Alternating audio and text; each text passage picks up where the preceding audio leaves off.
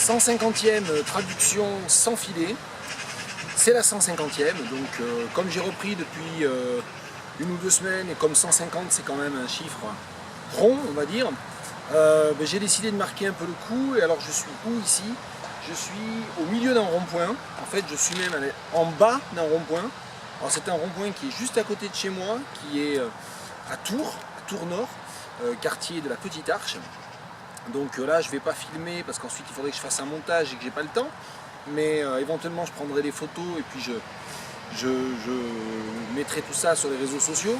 La raison pour laquelle j'ai décidé de faire la 150e traduction sans filet au milieu de ce rond-point, c'est qu'une des raisons pour lesquelles je me suis mis à faire de la vidéo, un de mes modèles pour faire de la vidéo, ça a été François Bon.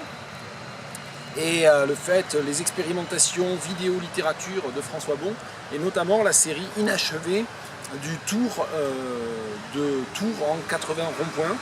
La littérature se crie dans les ronds-points. Il en a fait, je crois, une trentaine. Et en fait, à un moment donné, lors de nos échanges sur Facebook, comme ça, par Messenger, on s'était dit qu'on ferait une vidéo à deux au milieu de ce rond-point de la Petite Arche. Donc, en quelque sorte, François me l'avait réservé. Et ça s'est jamais fait, parce qu'en fait, il a interrompu cette série. Bon, moi, j'ai aussi plein de choses à faire. Donc, ça s'est jamais fait. Donc, je fais vraiment un grand bonjour, un hommage à François. Alors il va certainement dire, il aura entièrement raison, que si j'avais un micro, même un petit micro discret, et qu'il faut que je m'équipe, etc., on m'entendrait, et que peut-être là on m'entend pas, parce que je suis en son direct avec la position manuelle de l'appareil photo. Je suis obligé de parler très fort, et en fait on s'en rend pas compte, mais je suis en contrebas de ce rond-point. Il y a il y a toute la circulation qui passe, et en fait c'est très bruyant. Alors ce rond-point, pour le décrire, que je vous dise ce que moi je vois, eh bien, il y a des roseaux, il y a des fossés d'évacuation des eaux usées, et en général ce rond-point c'est une sorte de bassin de rétention. D'habitude, là où je suis debout en ce moment, il y a de l'eau partout, donc dès qu'il y a un orage, dès qu'il y a de la pluie, ça se remplit, et puis après ça se revide. Donc c'est évidemment pas très propre et pas terrible. Voilà, alors c'est quand même... Ça fait bientôt 3 minutes que je parle et que je ne traduis pas, mais c'était un peu pour expliquer le fait que ces traductions sans filet s'inscrivent dans un projet un peu général, un peu plus général, d'appropriation du matériau vidéo pour des expériences littéraires, pour parler de littérature, pour parler d'écriture, pour parler de traduction aussi dans les traductions sans filet. Et j'ai toujours pas traduit. Alors du coup, je voulais profiter de cette vidéo pour faire un deuxième hommage en quelque sorte. On sait que j'aime beaucoup l'écrivain camerounais, américano-camerounais, citoyen du monde, citoyen engagé, écrivain engagé, grand écrivain, Patrice Nganang. Patrice Nganang va venir dans 15 jours, exactement dans 2 semaines, à Tours. Ça sera le jeudi 4 octobre. Il va donner une conférence exceptionnelle à l'université de Tours sur le site Tanner. Et donc voilà, donc on est à 2 semaines de cet événement, et le fait d'enregistrer comme ça une vidéo au milieu d'un bassin de rétention des eaux usées, ça m'a donné l'idée de lire, je ne vais pas le traduire, mais de lire d'abord un extrait de la première page du premier roman de Patrice Nganang. C'est La promesse des fleurs, voilà. Et c'est un roman de 1997, autant pour moi. Et voilà. Je vais me mettre comme ça, je suis à peu près sûr qu'on m'entendra. Commençons donc par le marigot qui toujours coule. Notre quartier devait son existence au marigot. Ceci était l'évidence première, parce qu'elle ne pouvait pas être retournée, parce que cela ne pouvait pas être autrement. Et le marigot coulait entre les maisons, entre les hommes et femmes du quartier. Il glissait entre les mains des enfants, comme un collier aux perles infinies. Même dans leurs jeux les plus égarés, les enfants se retrouvaient dans son lit serpentant, se jetaient dans son ventre en riant, se le saisissaient entre leurs doigts minuscules et se versaient son eau sur le corps. L'eau du marigot leur glissait sur la peau en silence et retombait en clapotis de perles à leurs pieds. Elle leur passait entre les jambes bancales, coulait sur leur visage rieur et se perdait au lointain. Donc ça, c'est page 11 et 12, la première page de La promesse des fleurs de Patrice Nganang, 1997. Et pour boucler la boucle, qu'est-ce que je vais traduire? Eh bien, je vais traduire un extrait de Empreinte de crabe, le tout nouveau, tout dernier roman de Patrice Ngannou, dont il parlera, j'espère, jeudi en 15. Et j'ai choisi un passage, mince, que je ne retrouve pas, bien sûr, c'est pas rigolo sinon. Voilà, un extrait du chapitre qui s'appelle « Si Einstein était camerounais ».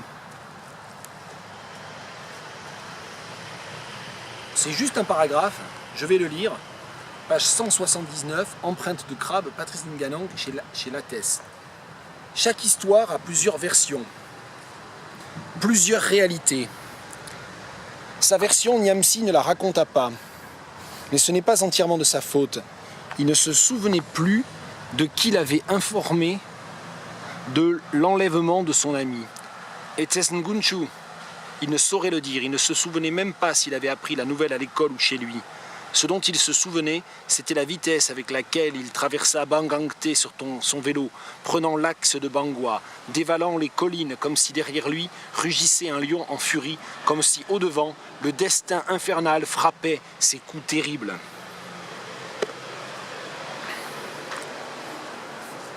Donc c'est une traduction sans filet, donc je traduis.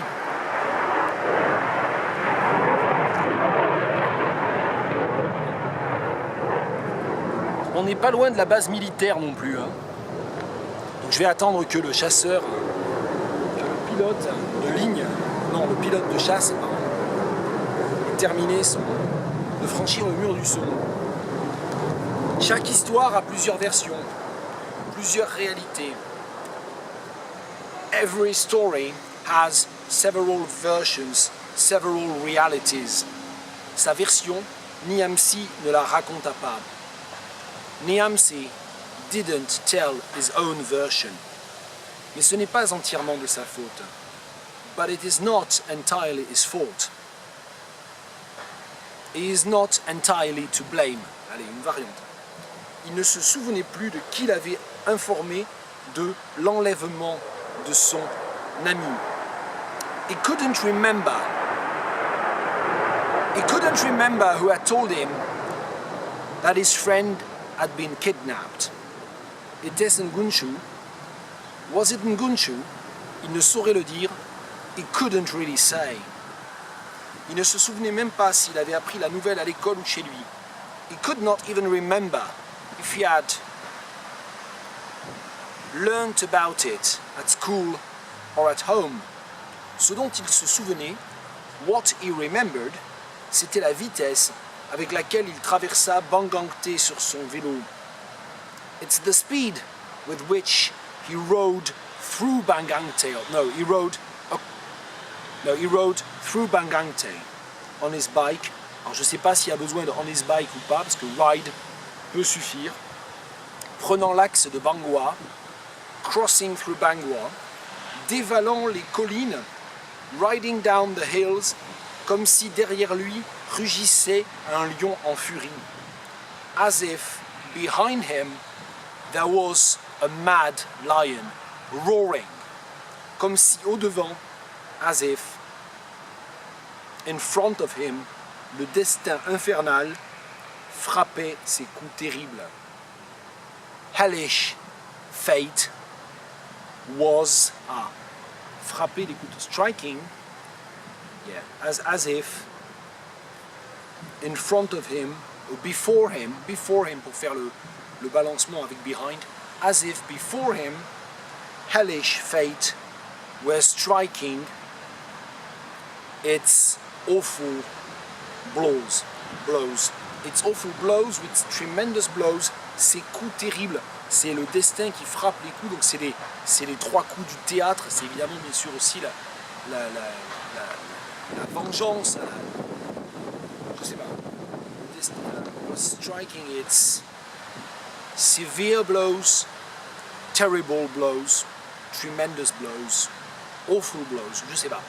Sur cette indécision adjectivale, je termine en vous redisant bien sûr empreinte de crabe, bien sûr traduction sans filet, c'est la numéro 150, j'ai le soleil dans la gueule, je suis au milieu d'un bassin de rétention à sec à Tournord, et puis on continue, et à la prochaine.